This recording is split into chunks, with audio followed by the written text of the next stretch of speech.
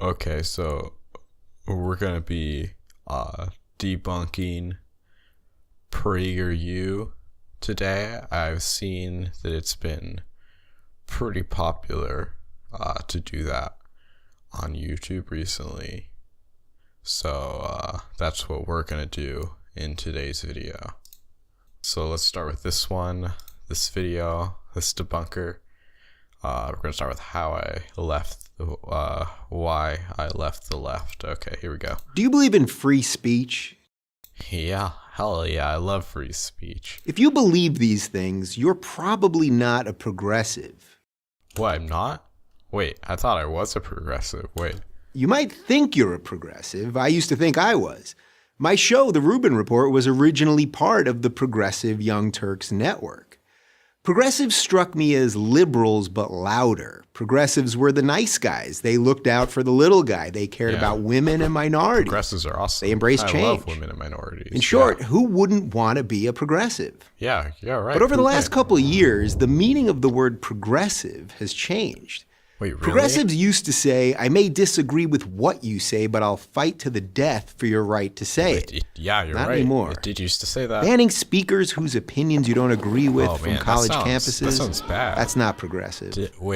Didn't all the SJWs do that to Ben Shapiro or whatever his name was?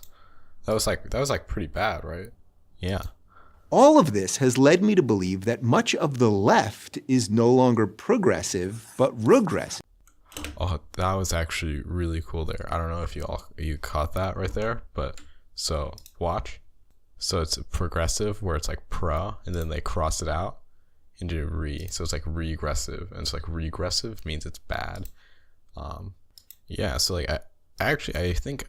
I thought I was gonna be debunking all these videos. I mean, this is their most popular video, right? So that could be why, but I think I agree with this one. So let's just move on to the next one. Okay.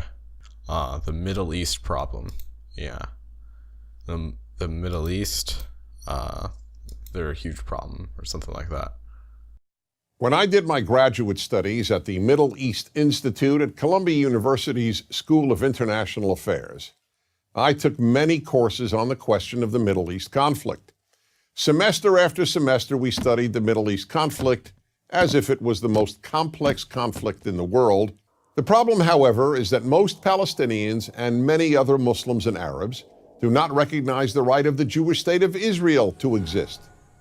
This has been true since 1947, when the United Nations voted to divide the land called Palestine into a Jewish state and an Arab state. When British rule ended on May 15, 1948, the armies of all the neighboring Arab states, Lebanon, Syria, Iraq, Transjordan, and Egypt, attacked the one-day-old state of Israel in order to destroy it. Wow, Israel seems really oppressed. All these guys that are beating on the Israel guys seems kind of mean. To destroy Israel. He placed Egyptian troops on Israel's border, and armies of surrounding Arab countries were also mobilized to attack. Well, again, do these guys do anything but just go attack Israel or whatever?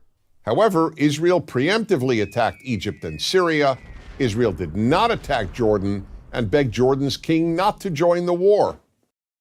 Oh, good. That preemptive attacks, that was a great move, actually. That was smart. Poor weak Israel defending themselves once again there. Yeah, that was a smart move. But he did.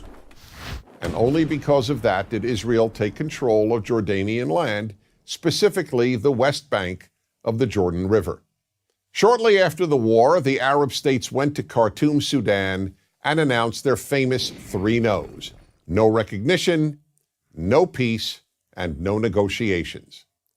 What was Israel supposed to do? Well, one thing Israel did a little more than a decade later in 1978 was to give the entire Sinai Peninsula, an area of land bigger than Israel itself and with oil, back to Egypt, because Egypt, under new leadership, signed a peace agreement with Israel. So Israel gave land for the promise of peace with Egypt and it has always been willing to do the same thing with the Palestinians. All the Palestinians have ever had to do is recognize Israel as a Jewish state and promise to live in peace with it. Yeah, that's all. Why don't the like Palestine guys just like propose to go into peace or whatever with Israel? The Palestinian leadership rejected the offer and instead responded by sending waves of suicide terrorists into Israel. Well, that's not very nice. So it's not hard to explain the Middle East dispute. One side wants the other dead. Wow, you're right. This was like a really simple issue. I thought there was like layers of complexity to all of the relations going back for decades between these two like countries and whatnot. But like now that you like have laid it out to me in 3 minutes, I think I have like a great understanding of how this is all going down. If tomorrow Israel laid down its arms and announced, "We will fight no more," what would happen? Wait, so like what would happen? So like would the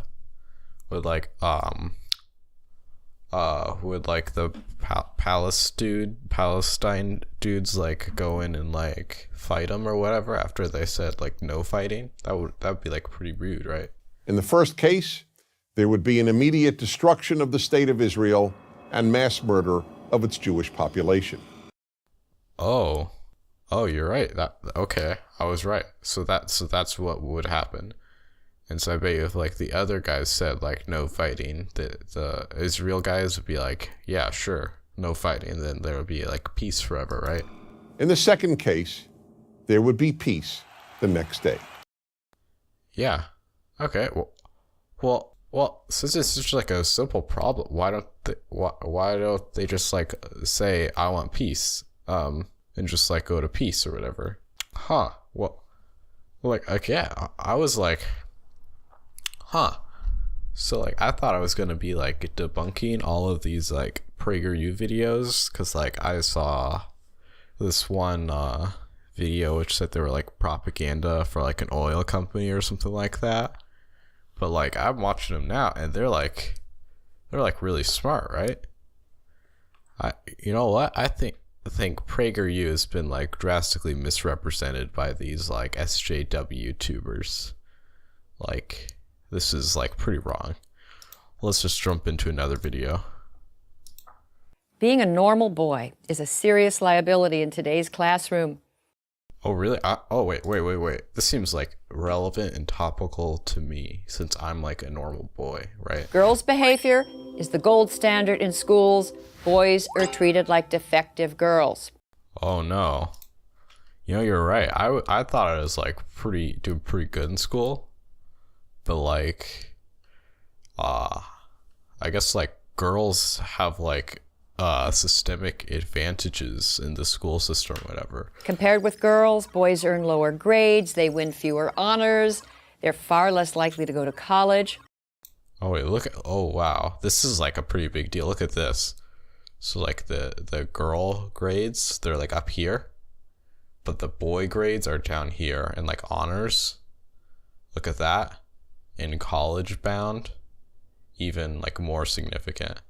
It's like crazy that like girls get more college bounds than they do grades, and honors than they do grades, but boys get more honors than they do college bounds, and more honors than they do grades, and more grades than they do colleges. Boys are languishing academically while girls are prospering. In an ever more knowledge-based economy, this is not a recipe for a successful society. We need to start thinking about how we can make our grade school classrooms more boy-friendly. You're right. We do need to put forth some systemic changes in order to make this system better for a minority of the students. That seems like a very important issue. Okay, let's watch this next video. There is no gender wage gap. Okay. Well, actually, it's the feminists, celebrities, and politicians spreading this wage gap myth who have the math problem. Wait, it's a myth? Wait. You're telling me this is a myth? I thought it was real. Like, you searched on YouTube, like, gender wage gap, and you just get, like, video after video saying, like, wow, this is real. Huh. Here's why. The 77 cents on the dollar statistic is calculated by dividing the median earnings of all women working full-time by the median earnings of all men working full-time. In other words, if the average income of all men is, say, $40,000 a year, and the average annual income of all women is, say, $30,800, that would mean that women earn 77 cents for every dollar a man earns. Okay, so why do the girls earn less? Like, why do they earn less then?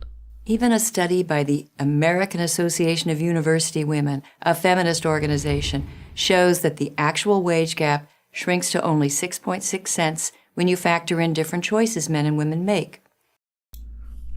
Wait.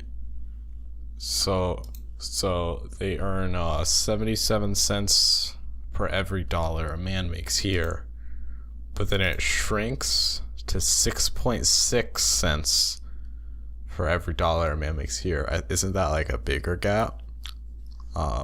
Seems kind of weird. And the key word here is choice. Wait, we're factoring in different choices? I thought in the last video, we said something about like how systemic issues were something that need to be solved, right? How like, cause men were doing worse in school, we should like do stuff to try to fix that. Why don't we want to try to fix it here? The small wage gap that does exist has nothing to do with paying women less, let alone with sexism. It has to do with differences in individual career choices that men and women make. Oh, okay. Well, that clears it up for me then. So the reason I'm doing bad in school was just because I was making bad choices. Okay. Okay, guys, look at these paintings. Look how cool they are. For a score of centuries, artists enriched Western society with their works of astonishing beauty. The Night Watch, The Thinker, the Rocky Mountains. Yeah, those like old guys, they made some like really cool art. Like I remember when I went to like my art museum, there was like this really cool it was like a low poly picture of a girl, and then it had some like little bumpy things. It was really cool. It was the only one I got to see because I was actually like on my way to work and I needed to use the bathroom real quick. So, but like I totally agree. This like old art stuff is really cool. But something happened on the way to the 20th century. The profound, the inspiring, and the beautiful. Wait, those are all like good things, right? Because we want all of those, obviously. I mean, it's pretty obvious, right? Michelangelo carved his David out of a rock. The Los Angeles County Museum of Art just offers us a rock. A rock. All 340 tons of it. Oh my god, that's so much worse than like this thing, because like it's just a rock. Okay, look at this, guys. This is like a big deal. We need to like go to DEFCON 1 over this, okay? Look at this, standards. Look at how high the standards were in like the 1800s or whatever. And then they like went up for a while, and that was like really cool. Like all of like the cool works, like I think like the Mona Lisa was around here or something like that. And so it went up, and then like they dropped, and then now look at now. There are no standards for art. They just don't exist anymore. Okay, so in conclusion, PragerU is actually like really cool. I think like all of these like videos saying bad things about him Like they say stuff like, oh, they're a propaganda company owned by oil, big oil or whatever. And then stuff like that, which that's really just like an ad hominem. And they're just like attacking them without actually getting at like their ideas, right? And so this is like a problem, and we need to fight back, rise up, and mobilize against these SJWs taking over the platform. Because I think the conservative voices on this platform are so like small. Like, have you ever seen like a single person that has expressed like right-leaning views on YouTube? No, I haven't either. Like, they just don't exist, right? So we're gonna do something about that in the next video. Okay, bye.